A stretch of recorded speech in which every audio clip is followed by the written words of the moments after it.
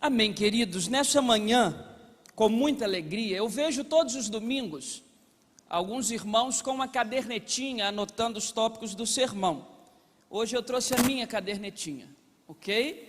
Porque nós queremos beber da fonte do Senhor através da vida da doutora Edmeia, e você não pode nem piscar nessa manhã de tudo que Deus vai falar conosco através da vida dessa serva preciosa do Senhor, que dispensa as nossas apresentações, mas basta dizer como pastor, da honra que é ter uma serva preciosa do Senhor assumindo nessa manhã o púlpito da nossa igreja. Então vamos receber com carinho a doutora Edmeia. Vanderlei, por favor, acompanhe a nossa irmã até aqui.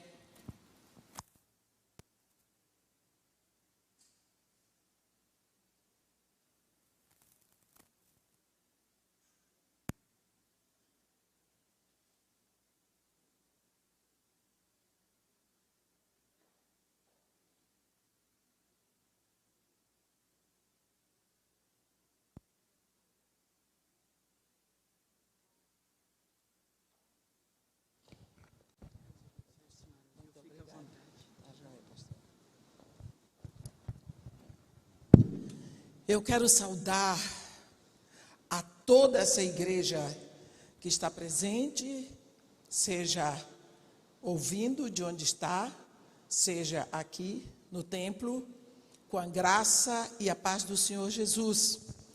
E dizer que é uma alegria muito grande. É esquisito olhar para os irmãos de máscara.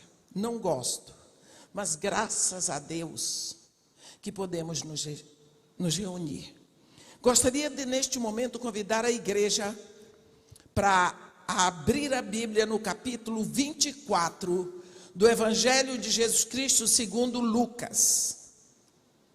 Lucas, capítulo 24. Vamos ler a partir do versículo 44.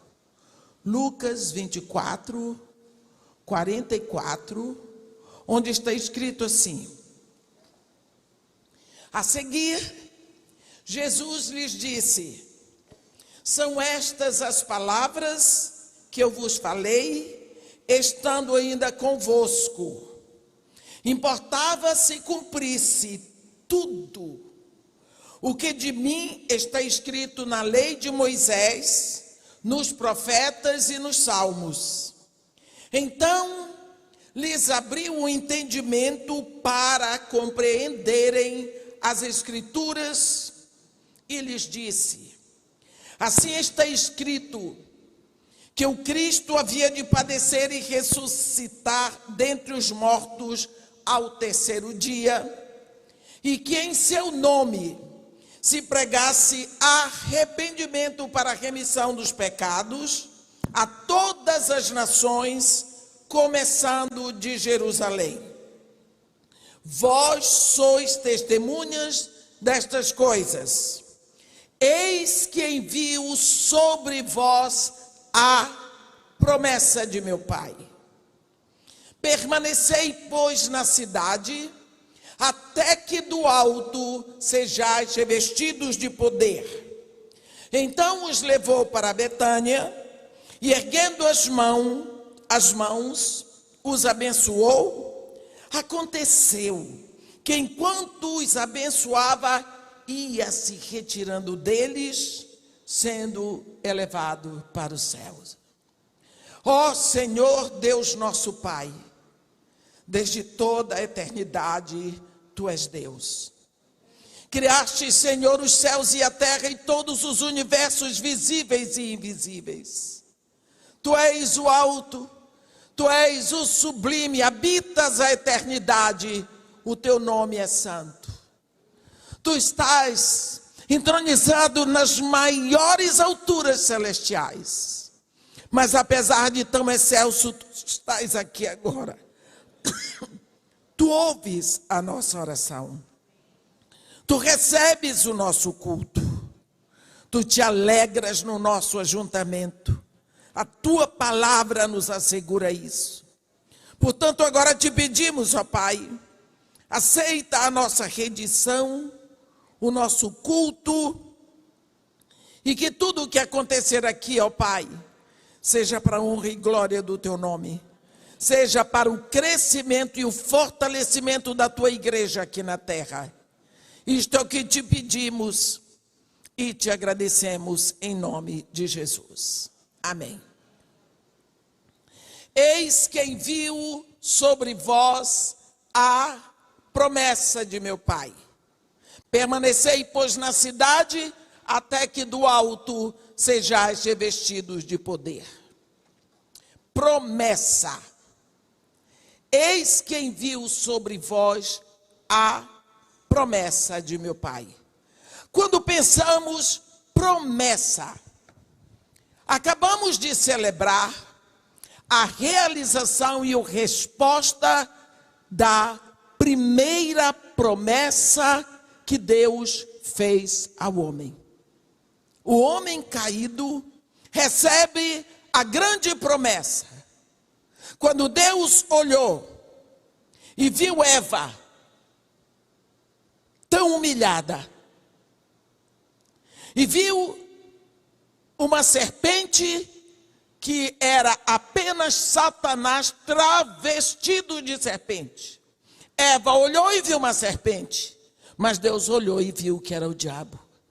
Ele ali levantou a voz, anunciou, publicou o plano que ele tem. Ele diz: eis que eu coloco inimizade, briga, guerra, separação, contenda entre a tua descendência e o seu descendente.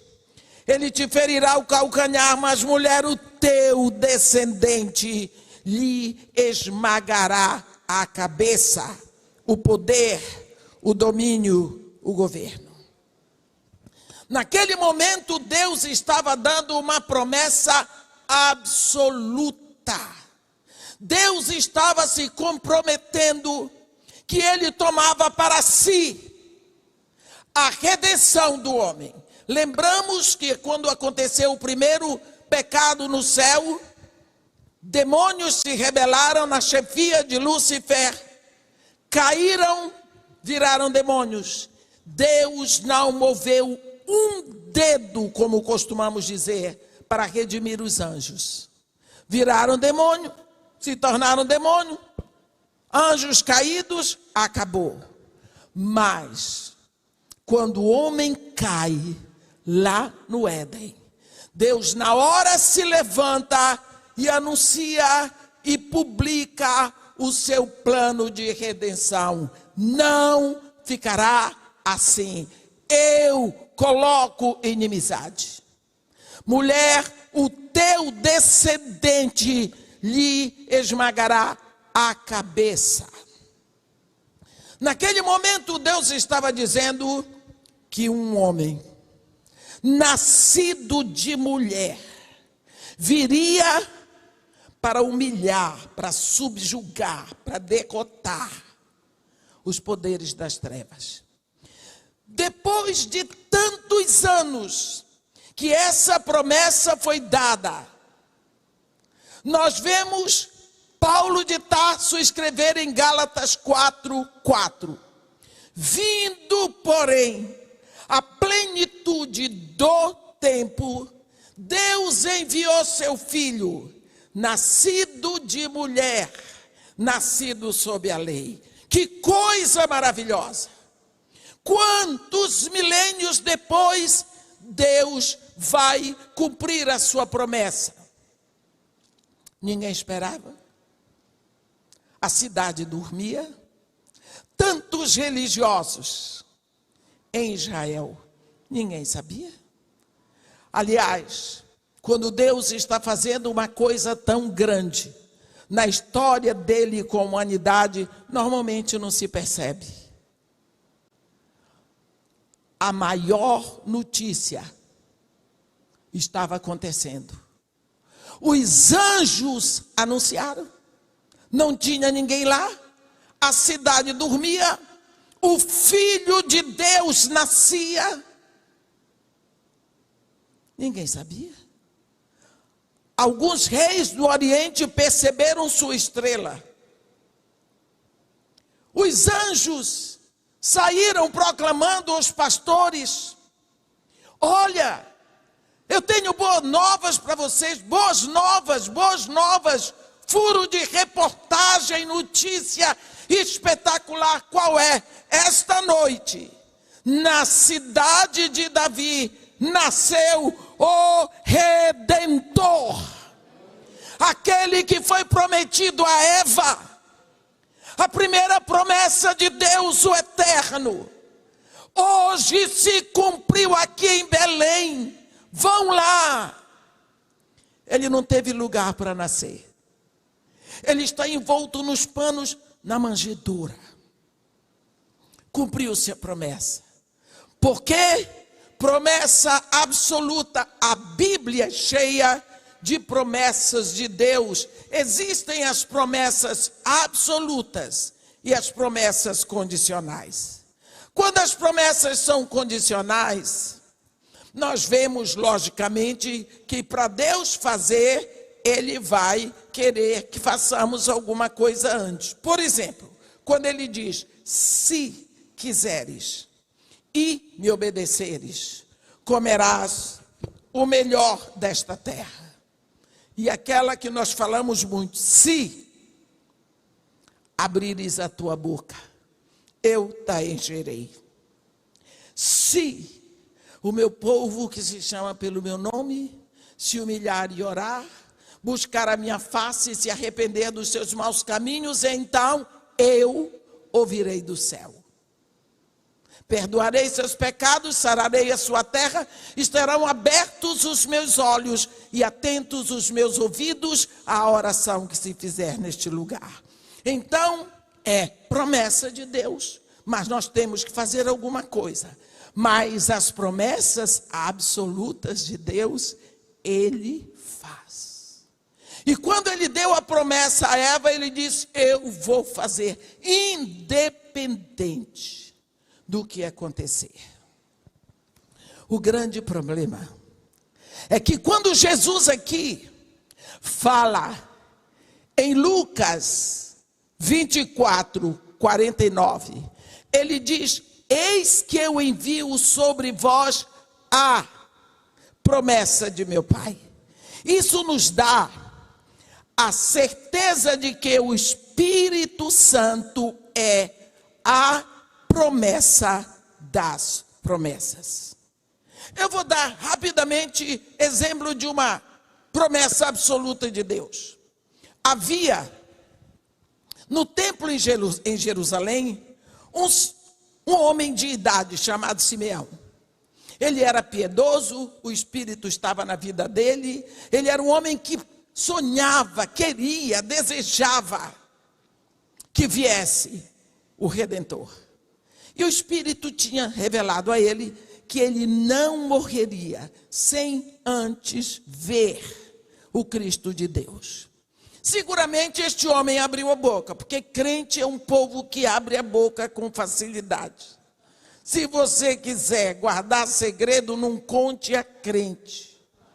Porque ele conta para o maior amigo, que conta para o maior amigo, e é assim que nós pensamos que o evangelho vai sendo levado. Porque crente também tem o evangelho no coração e ele vai contando. Esperemos. Ele contou.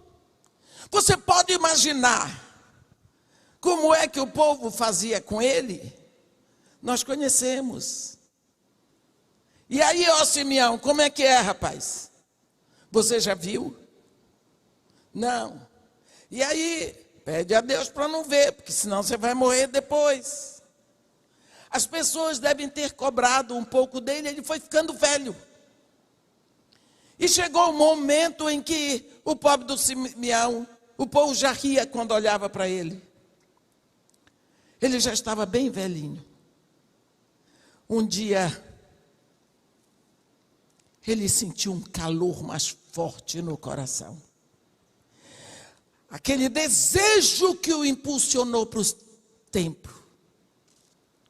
Pegou o seu quipá, pegou a sua bengala, botou a sua capa e empurrou aquele corpo até o templo, subiu os degraus e sentou no lugar mais próximo e ficou ali. Quem dá atenção para um velho? Tudo normal, os sacerdotes trabalhando do jeito que trabalham no templo, casais jovens entrando e saindo, porque eram casais que traziam seus filhos para serem circuncidados, tudo normal.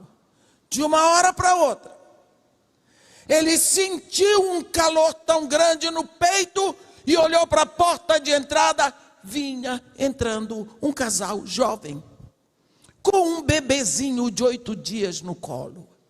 Aquele homem começou a falar, foi lá, tomou o menino dos braços da mãe. Aí já é um milagre, porque mulher nenhuma entrega o seu filhinho único, com 8 dias de nascido, nas mãos de um desconhecido. Maria entregou.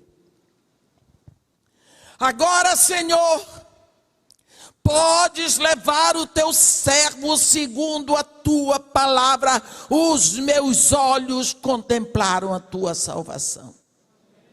Segredou uma profecia aos ouvidos de Maria, pegou o chapéu, pegou a capa e a bengala, foi embora. Nunca mais se ouviu falar de Simeão. Por quê? Promessa absoluta de Deus tinha se cumprido. Agora ele estava livre para morrer a qualquer minuto. Antes disso, não morreria. Deus disse que aquela terra dos gigantes seria de Caleb, filho de Jefoné. Caleb andou 40 anos no deserto sem medo de morrer. Ô Caleb, você não tem medo de morrer? Deus disse que a terra dos gigantes vai ser minha, portanto ainda não estou lá. Ele tinha certeza, porque ele cria na fidelidade da palavra de Deus. Entrou na terra, viveu, tomou posse, porque ele cria na fidelidade da promessa. Noé, quando Deus o mandou fazer a arca, como? Noé, você vai construir um navio no deserto? Mas Noé, aqui não tem mar. Não sei. Deus mandou fazer, todo mundo ria. Quando chegou na hora, Deus o mandou entrar na arca. E Deus não precisou levar a arca para o mar. Deus trouxe o mar ali onde a arca estava, porque Deus tinha dito para ele fazer. Nós vamos vendo que as promessas absolutas de Deus, Ele cumpre pela sua fidelidade. Não precisamos fazer nada. Nada. Nada. E aqui, Jesus Cristo está dizendo: eis que eu envio sobre vós a promessa de meu Pai. Parece então que o Espírito Santo é a promessa das promessas. Por quê? Exatamente agora. Se você soubesse que vai morrer daqui a 2 horas, qual seria a última preocupação sua?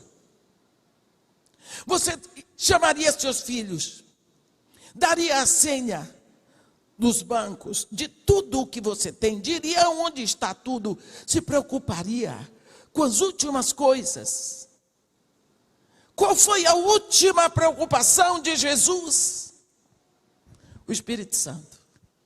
Eis que eu envio sobre vós a promessa do meu Pai. Por que Jesus se preocupava tanto em pregar para seus discípulos sobre o Espírito Santo? Nós vemos no Evangelho de João 12 12 ministrações de Jesus sobre o Espírito Santo para seus discípulos, porque os seus discípulos não pensavam no Espírito Santo, eles pensavam Messias. Mas, porque Jesus está preocupado com o Espírito Santo. Nós sabemos que quando Deus prometeu a redenção, Ele planejou. O Pai planejou a nossa redenção. O Filho veio, pagou o preço, Ele fez a redenção. Mas e aí acabou. Que tal se você vai à concessionária, você compra uma Ferrari, paga tudo, seguro e deixa lá. Para que serviu a Ferrari? É a mesma coisa. Com a redenção comprada, paga cabalmente lá na cruz, se não for aplicada à vida de cada um. Deus planejou, Jesus Cristo veio, pagou, efetuou a redenção, mas o Espírito Santo então vem para pegar essa redenção e aplicar na vida de cada um de nós. O Espírito Santo, ele corrobora todo o trabalho.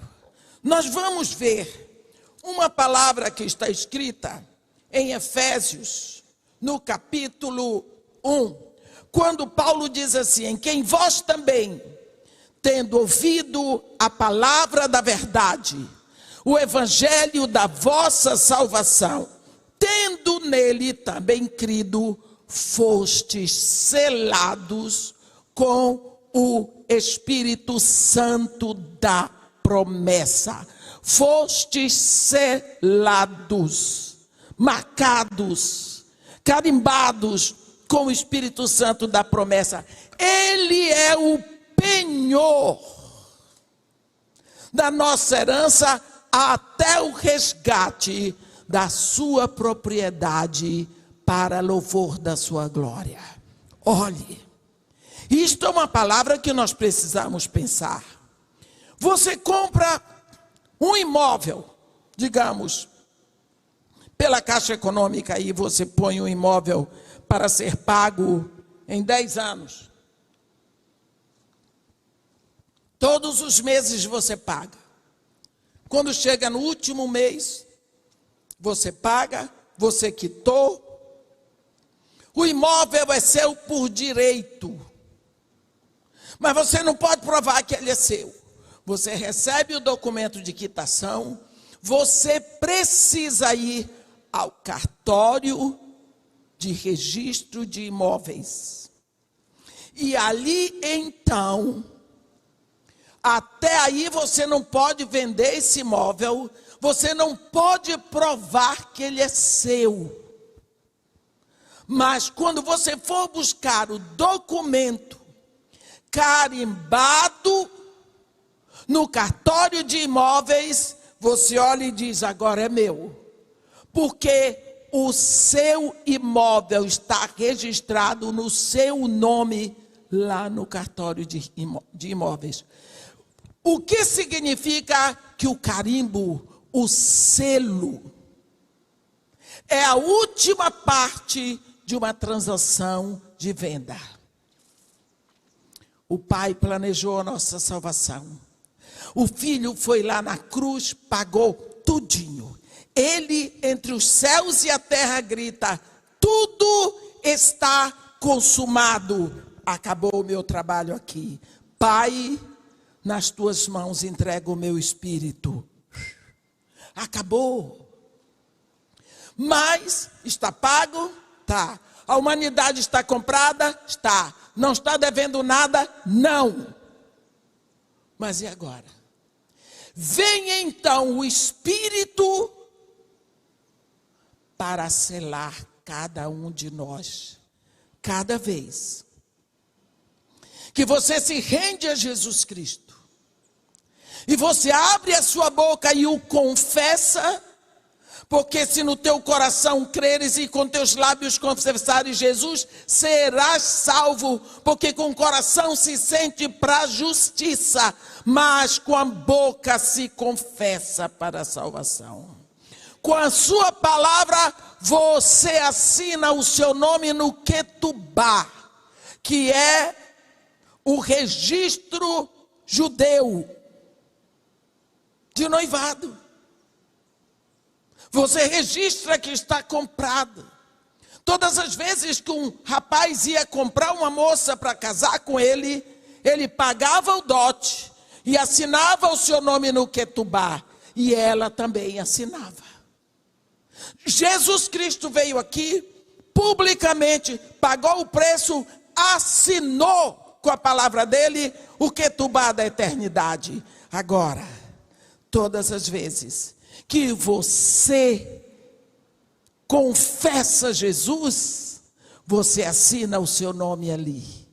Então o Pai lhe carimba com o Espírito Santo.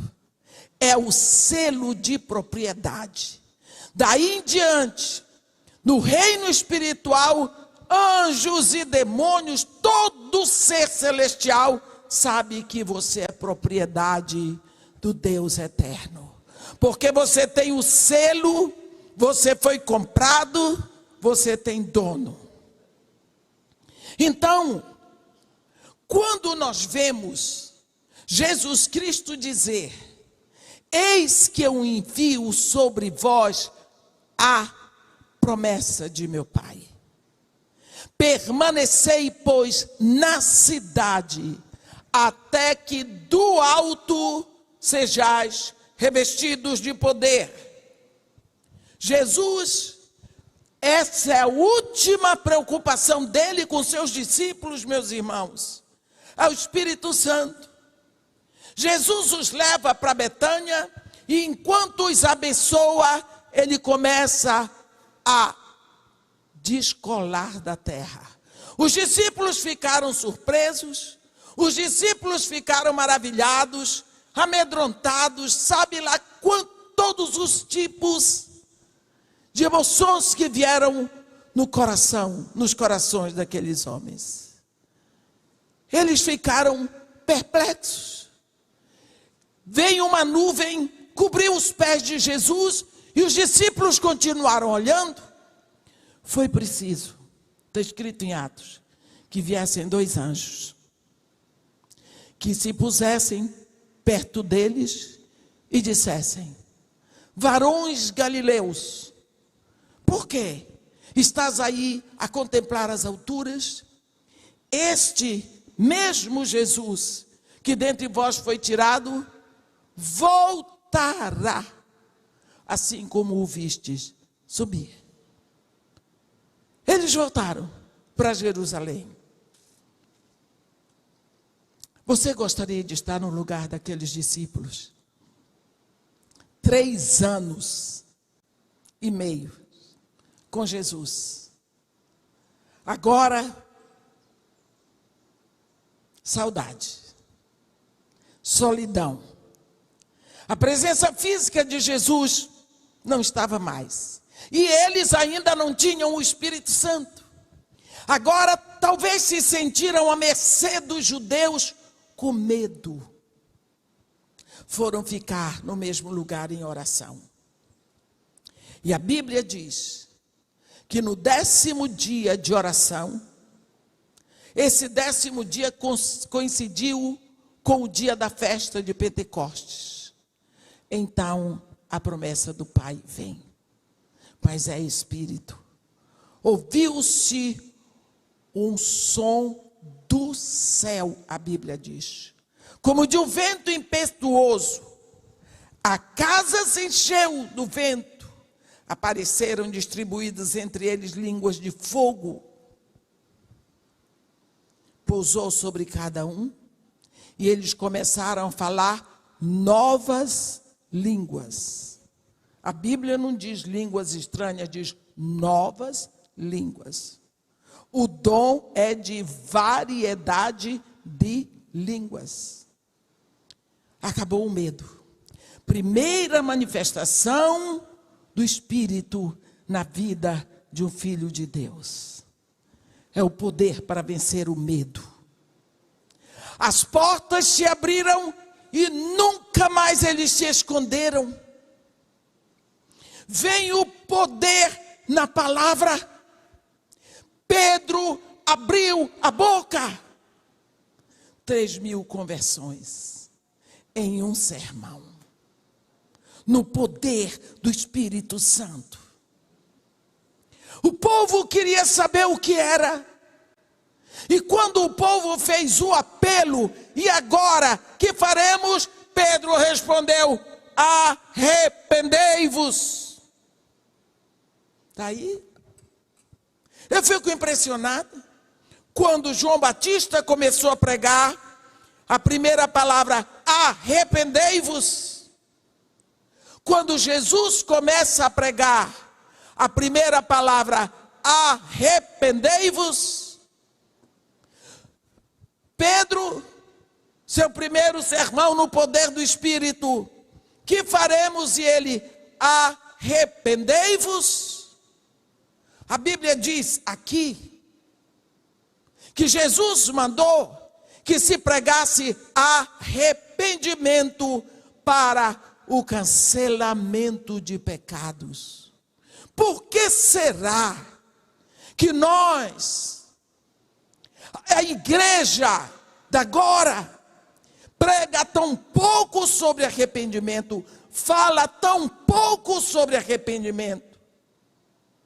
Parece que falar sobre arrependimento é ferir os brios dos irmãos. Não! Nós precisamos de pregar arrependimento para o cancelamento dos pecados. Mas o Espírito Santo não está aí. Olha, existem vários símbolos do Espírito Santo em todo o Antigo Testamento. Pomba, água, chuva, sopro, óleo, fogo. Existem 8 que eu contei, penhor. Mas, se você der uma olhadinha naquela pomba de Gênesis 8, você vai ver que Noé abriu a janelinha que tinha feito na arca, soltou um corvo para ver se as águas haviam descido. Ora, acha que o povo ia voltar para Noé? O corvo encontrou um banquete. Corpos apodrecidos de pessoas e de animais. Aquele mau cheiro, aquela podridão. Você acha que o corvo ia voltar quando ele tinha um banquete? Ele disse tchau, Noé, já era. Não voltou. Noé ficou esperando até hoje. Quando pedimos a uma pessoa para fazer alguma coisa, ela não volta e te diz, fulano fez a viagem do corvo. Noé esperou 8 dias, adeus corvo, soltou uma pomba. Se você observar na exposição bíblica de Gênesis 8, você vai ver que ele vai usar só uma pomba, sempre a mesma pomba. Ele soltou uma pomba. A pomba sobrevoou, mas não achou lugar para pousar o pé. Está vendo? Onde o corvo se refestelava, a pomba não achou onde botar os pés. Ela voltou para Noé. Segunda vez, depois de 8 dias, ele soltou a pomba. A pomba demorou-se um pouquinho e voltou à tarde, trazendo no bico uma folha nova de oliveira. Passou 8 dias, soltou a pomba, não voltou mais. Significa, são os 3 momentos de trabalho do Espírito Santo. Mas o que eu quero chamar a atenção é que havia muito corpo morto. O Espírito Santo não vai aonde tem a sujeira. O Espírito Santo é, acima de tudo, santo. Ele não se satisfaz na podridão. Ele não opera aonde tem a morte. É preciso que nós aceitemos Jesus, nascemos de novo, o Espírito nos é dado para trabalhar a santificação em nós, porque, meus irmãos, o plano de Deus para nós não é salvação. O plano de Deus para nós é santificação. A Bíblia diz que Deus nos escolheu em Cristo antes da fundação do mundo para sermos santos e irrepreensíveis perante Ele.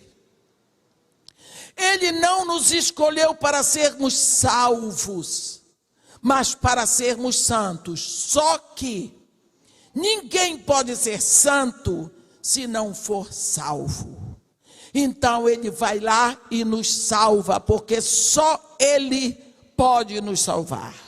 Ele nos salva e agora nós podemos ser santos, porque Ele nos dá o Espírito Santo para junto conosco trabalhar a nossa santificação.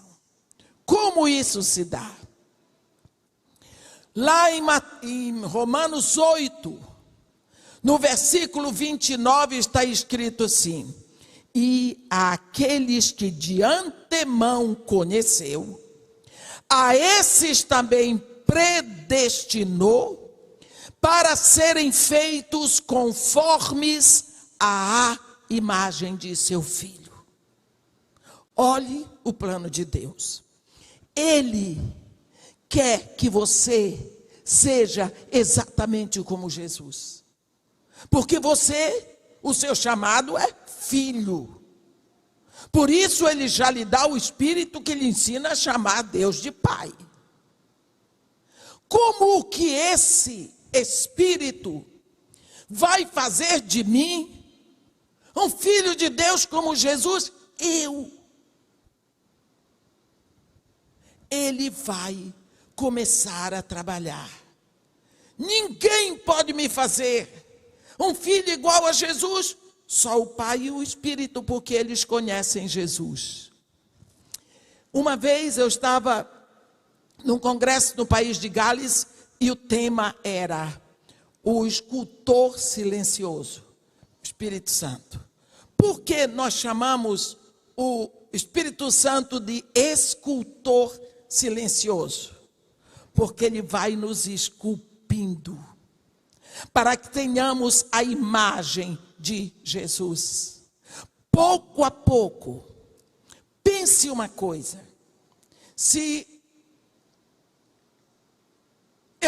nós queremos fazer uma surpresa para o pastor, vamos mandar esculpir o busto do pai do pastor e vamos botar lá na frente da igreja.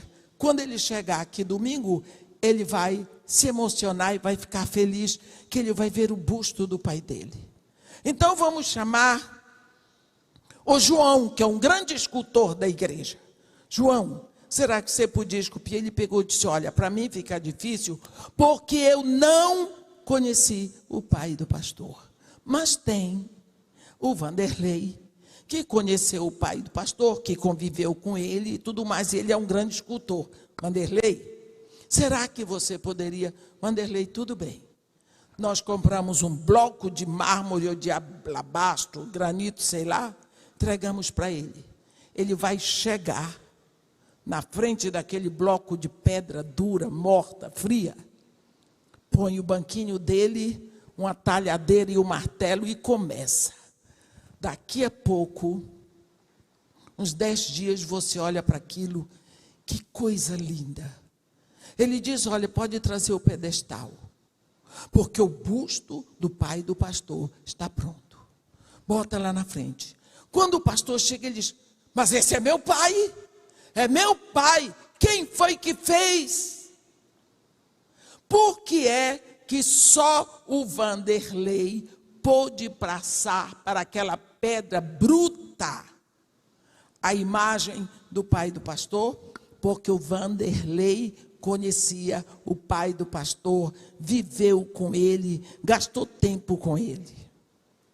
Então, só o Espírito Santo que conhece Jesus pode esculpir em mim o Filho de Deus. Então, pouco a pouco, esse Espírito vai trabalhando. Ele vai tirando o mau humor, ele vai trabalhando nos nossos maus desejos, ele vai dando martelada e jogando fora nos nossos maus pensamentos, ele vai tirando tudo aquilo que impede o nosso crescimento como filhos de Deus.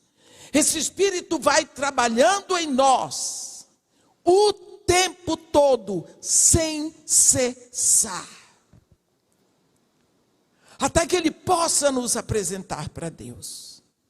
E para isso, tem que haver a nossa cooperação, como o apóstolo Pedro diz na segunda carta, reunindo toda a vossa diligência. É preciso que nós cooperemos com o Espírito Santo. Ele nos foi dado para trabalhar em nós o processo de santificação.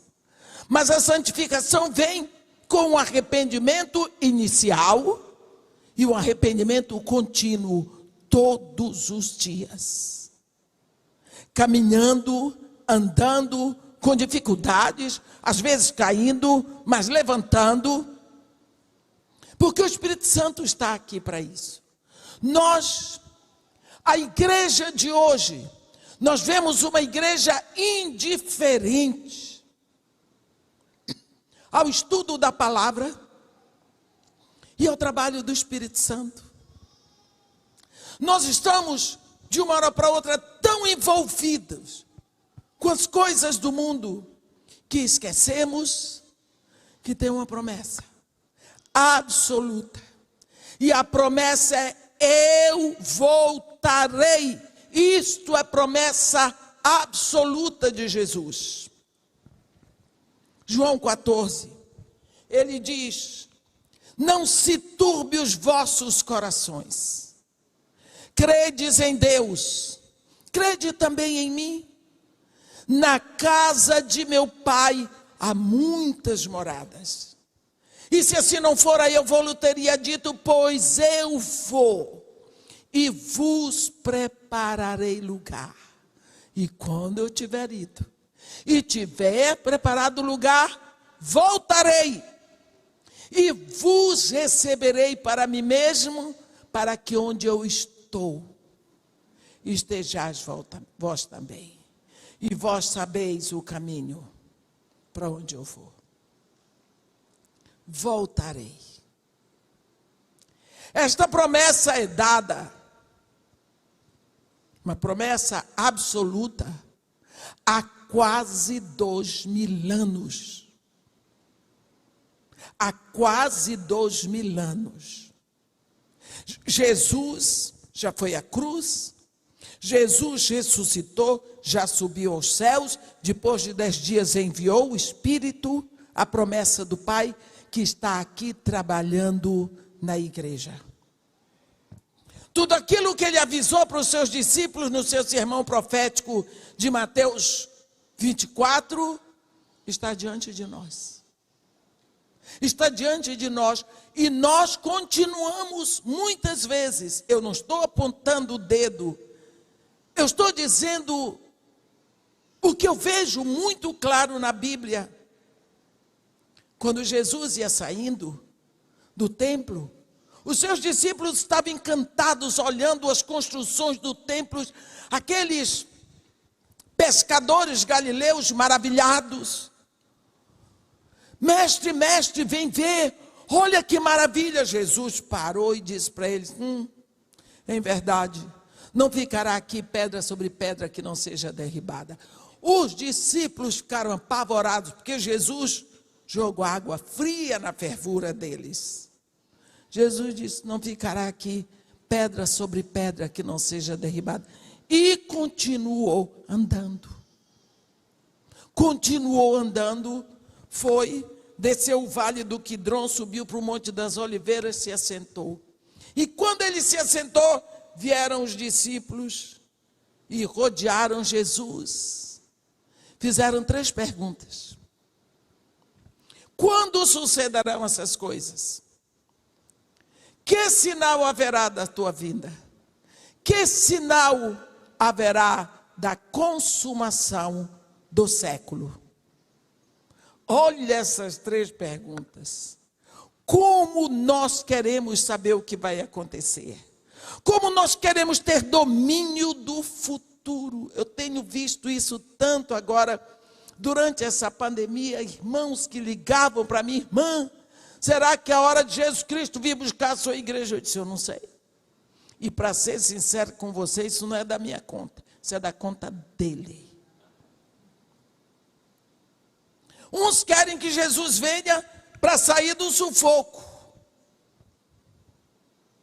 Ora, quer dar o golpe, é a noiva querendo dar o golpe do baú. O noivo vem, me tira daqui e eu estou bem. Você tem que querer o noivo, porque tem saudade dele, porque tem vontade de estar com ele, porque deseja a sua presença. Que noivo é esse? Que a gente só quer ir com ele para sair da dor. Olha, Jesus Cristo olhou para aqueles discípulos que faziam perguntas que seriam respondidas milênios depois, mas eles queriam saber quando acontecerão essas coisas. Que sinal, Senhor, haverá da tua vinda? Que sinal haverá da consumação dos séculos? Jesus olhou para aqueles discípulos e disse para eles, atenção turma, olha, vede que ninguém vos engane. Então Jesus estava dizendo que o grande perigo para nós é o engano. Esta foi a arma, a maior de Satanás lá no Éden. Ele até se travestiu, continua dando certo. No império das trevas, a mentira continua dando ibope. A aparência continua cobrindo a verdade. E como nós, os filhos de Deus, estamos impressionados e continuamos agindo dessa forma. Jesus disse, abra o olho com o engano. Quando uma das coisas que Jesus diz para os seus discípulos é, eu rogarei ao Pai, e Ele enviará o outro Consolador que ficará no meu lugar. Ele é o Espírito da verdade, que vos guiará a toda a verdade. Porque Jesus insiste nisso, que o Espírito Santo que vem para nós é o Espírito da verdade. Porque o primeiro Adão, a sua noiva caiu, porque ela recebeu o espírito da mentira, o espírito do engano. Ela mesmo, Eva, quando Deus disse para ela, o que é isto que tu fizeste, Eva? Ela disse, a serpente me enganou. Eu recebi aqui o espírito do engano, o espírito da mentira. Caí. Jesus diz, igreja, você não vai ter a desculpa, porque eu estou enviando para você o Espírito da verdade, que vos guiará a toda a verdade.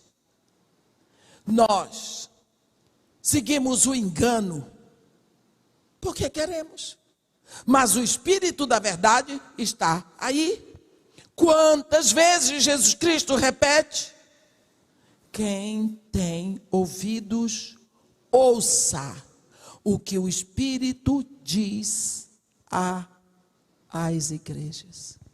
Será que nós estamos ouvindo o que o Espírito Santo... Não, nós ouvimos o que a mídia está anunciando. Nós ouvimos o que os ímpios estão dizendo e acreditamos, e por isso sofremos. Por isso sofremos. Porque nós não estamos dando ouvidos ao que o Espírito diz. Agora, se nós olharmos bem, já tem muito tempo que a igreja praticamente parou de pregar sobre novo nascimento.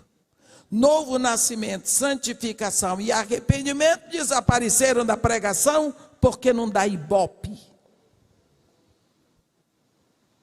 A igreja não prega novo nascimento. E aí?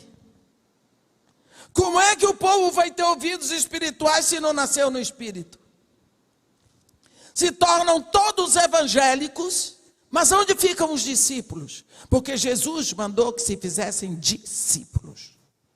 E para ser discípulo tem que ser filho de Deus, e filho de Deus tem que ser nascido no Espírito. Quando Nicodemos falou com Jesus: mestre, nós sabemos que tu és vindo da parte de Deus, porque ninguém poderia fazer os sinais que fazes se não viesse de Deus. Jesus olhou para o rosto de Nicodemos e disse: em verdade eu te digo, se não nasceres de novo, nem verás o reino de Deus. Nicodemos pensou: o mestre é doido. Como pode um homem nascer de novo sendo adulto? Pode por acaso entrar no ventre de sua mãe e nascer de novo? Jesus disse: Nicodemos, tu és mestre em Israel, não sabes dessas coisas?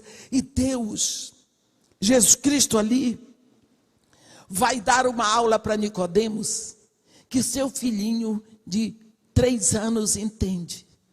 Olha, Nicodemos, o que é nascido da vaca é bezerro. O que é nascido da cadela é cão. O que é nascido da gata é gato. Mas ele diz assim: o que é nascido da carne é carne. O que é nascido do Espírito é Espírito. Ora, se você nasceu do ventre da sua mãe, carne, você é carne. Mas como você vai ser? Para ser nascido de Deus, tem que ser nascido do Espírito, porque Deus é Espírito. Então, para ser filho de Deus, tem que ter nascido do Espírito. Outro dia, eu estava ouvindo uma pregação na fila do banco. Um homem proclamando que todo mundo é filho de Deus. Todo mundo é filho de Deus. E eu estava lá ouvindo e pedindo ao Senhor: bota freio na minha língua. Porque Deus criou tudo. Ali estava certo. E tinha uma senhora que disse para ele: não, para ser filho de Deus tem que aceitar Jesus. Não tem nada disso. E até Jesus vir, ninguém podia aceitar Jesus. Começou aquela confusão. Eu peguei e disse para ele: olha, o senhor dá licença de eu falar? O que eu entendo é que Deus criou todos os seres. Ele é o único Deus criador, não tem outro. Mas aí tem os filhos da criação: o macaco, o tigre, a onça, as árvores. Tudo isso é filho da criação. Mas Deus busca filhos da redenção. E para ser filhos da redenção, tem que ir redimidos por Jesus. Toda a criação vai ficar. A redenção vai subir. Ele disse: não entendo dessas coisas. Eu disse: não dá para entender, é só aceitar. Nós precisamos disso. Saber que nós somos escolhidos na terra para ter a primícia do Espírito. Nós precisamos saber que Deus nos chama filhos, como filhos da redenção, e como o Redentor é Jesus, tem que ir através dele. Quantas vezes nós temos esquecido o trabalho do Espírito Santo hoje na igreja? Quantas vezes decidimos as coisas sem perguntar se está certo, se é assim que o Espírito Santo está administrando? Porque caímos no engano. Quando os discípulos fizeram perguntas para Jesus, ele disse: vede que ninguém vos engane. E ali ele dá uma lista que eu não vou pregar agora, mas gostaria de chamar a atenção, que ele fala que se levantará nação contra nação e reino contra reino.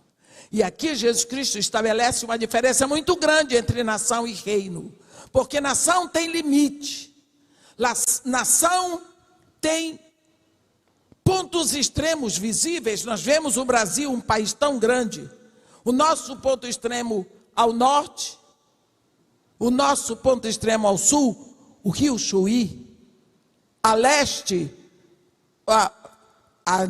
o Cabo Branco, na Paraíba, a oeste, a nascente do rio Javali, na Serra de Contamana, e no norte, o Oiapoque. Então nós temos o nosso país tão grande, mas temos limites, fronteiras, medido direitinho, mas reino não tem. Reino é invisível. Aqui existem muitas nações, mas dois reinos: o reino de Deus e o império de trevas. Não tem limites. Quando Jesus Cristo foi perguntado pelos fariseus sobre como viria o reino de Deus, ele diz: não virá o reino de Deus com visível aparência, nem podereis dizer: aqui está o reino de Deus, ou lá está ele, porque o reino de Deus está dentro em vós. Como nós temos visto este reino? Todo reino tem um trono, e o trono tem um monarca que se assenta e dá as ordens e é obedecido. Hoje quem habita em nós é o Espírito. De que forma o Espírito Santo vai nos transfigurar? Se pouco nós damos oportunidade ao Espírito, e muitas vezes nós vimos uma deturpação tão grande. O Espírito Santo faz o povo pular, o Espírito Santo faz o povo gemer, o Espírito Santo faz o povo entrar numa histeria de grito e de pulo e de riso. Que isso? Até chacota do Espírito Santo se faz na igreja do século 20 e 21. Para isso foi que Deus mandou o seu Espírito. O Espírito Santo vem como selo da propriedade, marca de filhos de Deus, para nos santificar, para nos transfigurar. Paulo de Tarso, na segunda carta aos Coríntios, no capítulo 3, ele diz, ele cita aquele momento quando Moisés ficou exposto à presença de Deus. A glória de Deus incidiu de tal maneira sobre Moisés, que quando ele desceu do monte, o seu rosto brilhava. O povo ficou maravilhado. Mas com o tempo ele viu que o brilho estava desaparecendo, ele cobriu com um véu. Paulo diz que esse Deus, que estava do lado de fora de Moisés, cuja glória incidiu sobre Moisés, ele mudou para dentro de nós. Mas daqui ele quer expressar a sua glória de dentro de você, de dentro de mim. Como que isso acontece? Lá, eu gosto da versão amplificada, 1 Coríntios 3,18, ele diz: e todos nós, hoje, com o rosto descoberto, contemplamos na tua palavra, é como um espelho, diante do qual nós vamos sendo continuamente transfigurados num crescente esplendor de um degrau de glória em outro degrau de glória. E isto vem do Senhor, que é o Espírito. Tem um ditado tão engraçado lá na Bahia, que ali na ilha de Itaparica tem um paredão assim no mar, e as ondas vêm de lá, bate no paredão, e os mariscos estão ali grudados. Então quebra os mariscos. Então eles dizem, olha, no embate da maré contra os abrolhos, quem se quebra são os mariscos. Os mariscos sofrem a ação. Pegando isso para nós, você abre você abre a Bíblia, põe aqui na sua frente. E você fica aqui. O Espírito de dentro de você incide sua palavra, porque você abre a Bíblia, quem abre a palavra é o Espírito. Ele abre o entendimento. E você está no meio. O Espírito de dentro de você, a Bíblia fora, você está no meio. Então o Espírito de dentro de você incide sobre a palavra. E a palavra sobre você. E você vai sofrendo a ação do Espírito com a palavra, e você vai sendo transfigurada, pouco a pouco, continuamente, num crescimento contínuo, e a Bíblia diz que vem do Senhor, que é o Espírito que está dentro de você. E quando Jesus Cristo diz, eis que envio sobre vós, a promessa de meu Pai, a promessa é essa, é que todos nós seremos filhos, mas para sermos filhos, temos que ser parecidos com Jesus. Quando pensamos nisso, nós lembramos de uma coisa. Jesus Cristo fez tantas coisas lindas quando estava aqui. Ele curava enfermos, ressuscitava mortos, multiplicava comida. Ele andou sobre as águas. Aquele homem, quando ele pregava, era silêncio. Ele podia pregar para uma multidão sem microfone. Todos ouviam, porque eu acho que até o vento se curvava. Você vê que era tão impressionante que até as crianças queriam estar com ele. Gente, criança não gosta de gente chata. Até as crianças queriam estar com ele.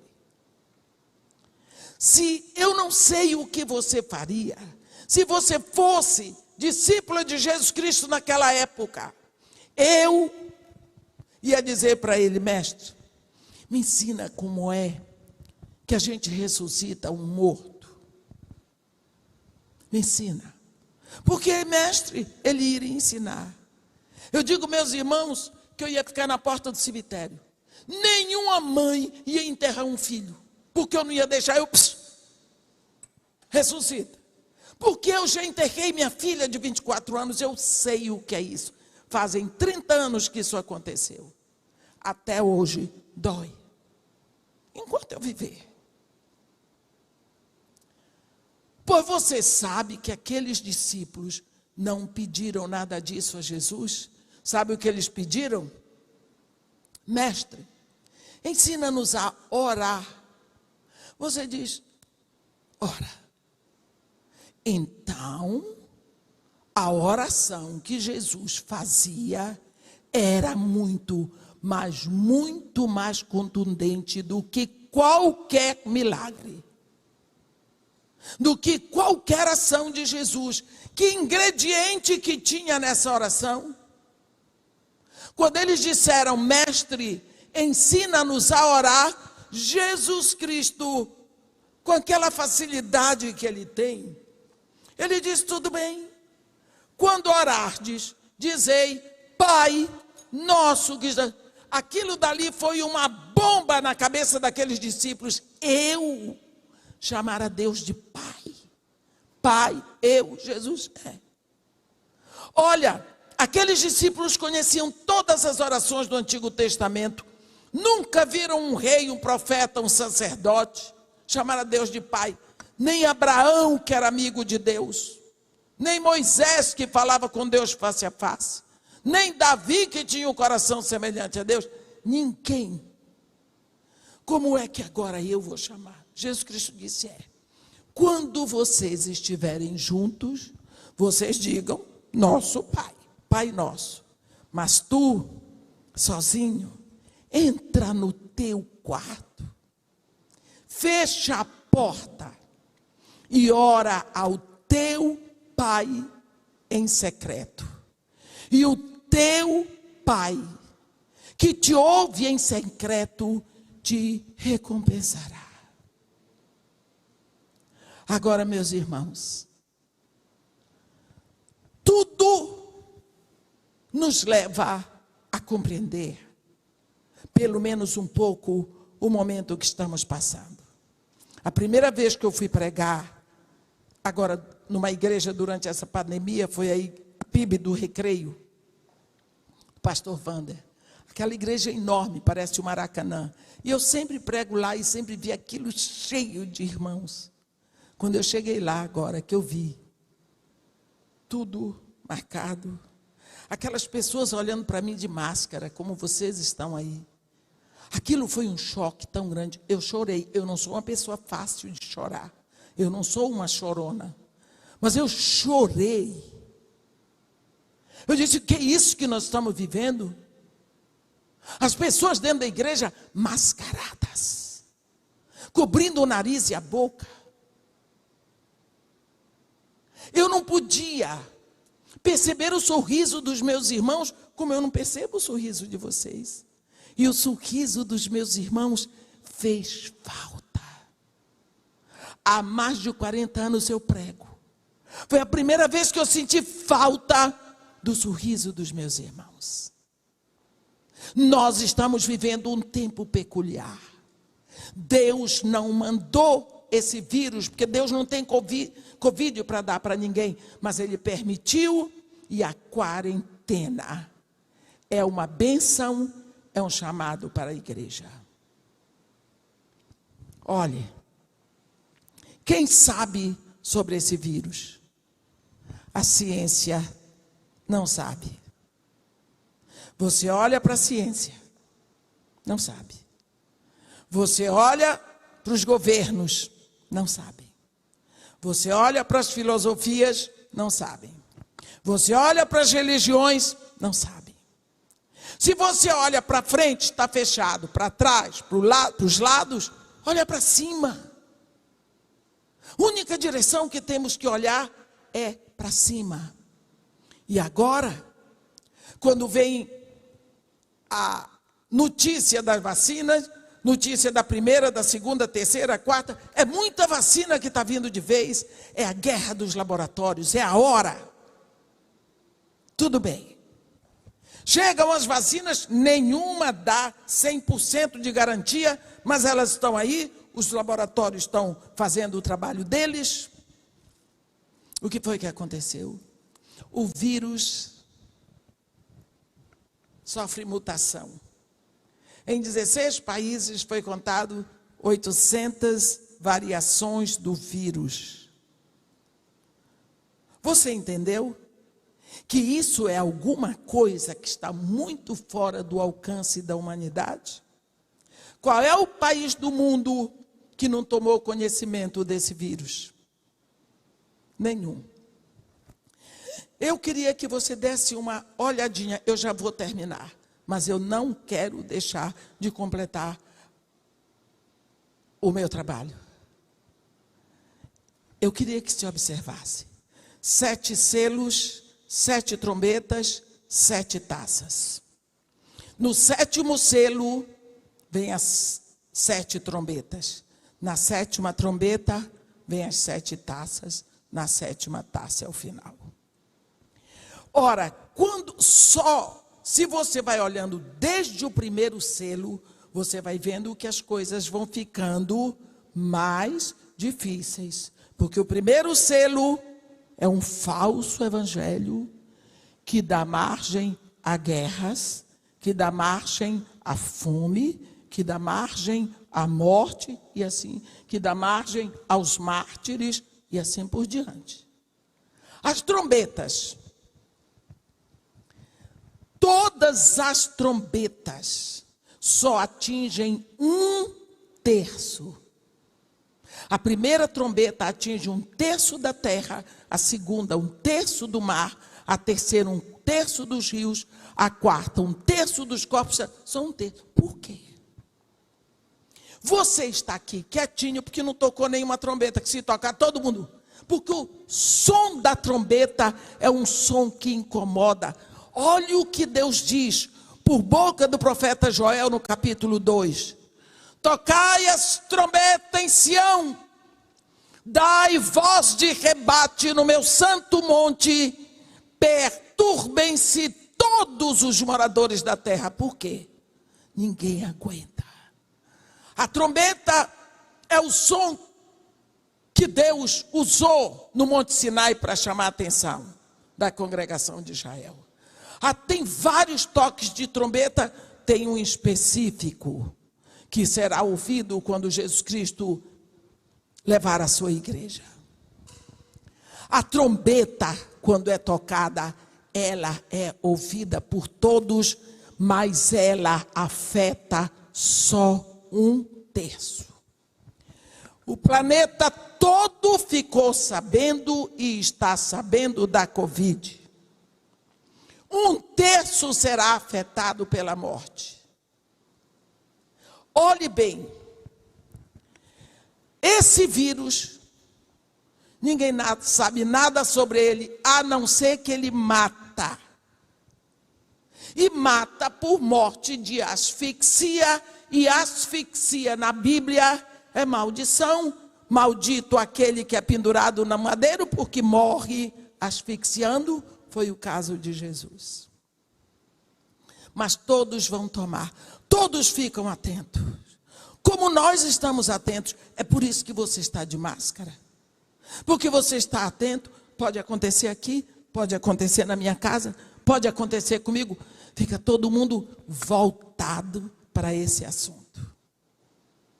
Mas a quarentena, eu digo para você que veio especificamente como um chamado de Deus para a igreja no meio desse caos.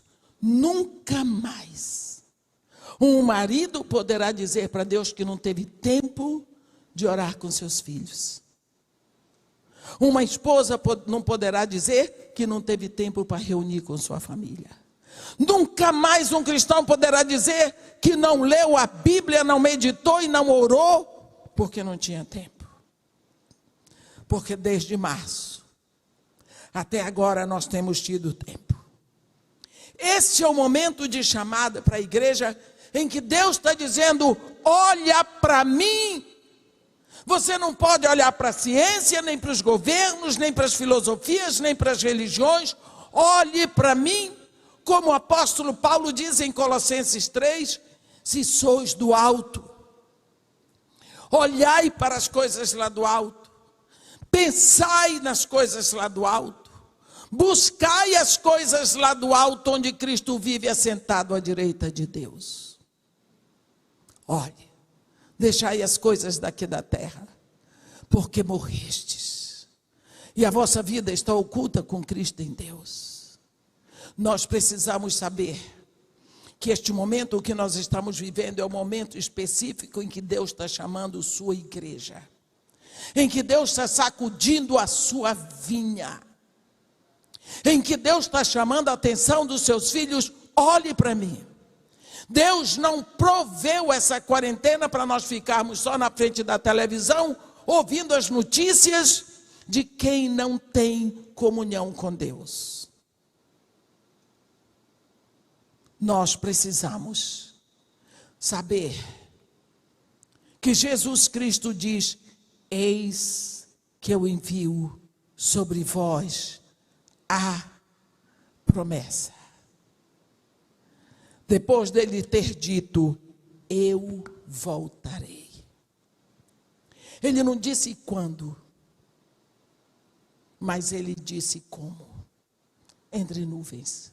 Quando tocar a trombeta, nós seremos arrebatados, não dá tempo de arrependimento.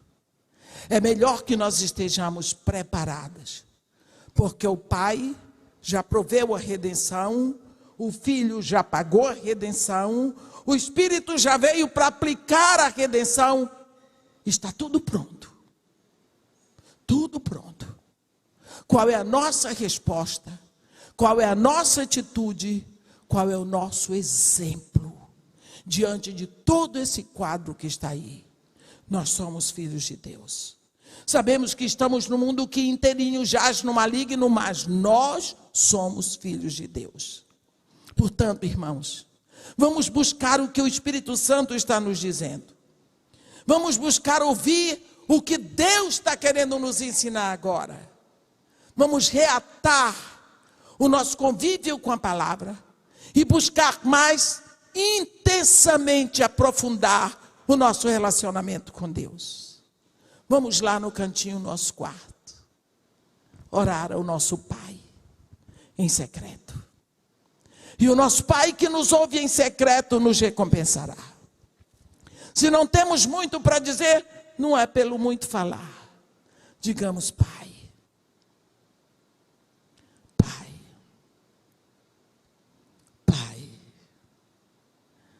obrigada por esse tempo juntos aqui esta manhã, ó Pai.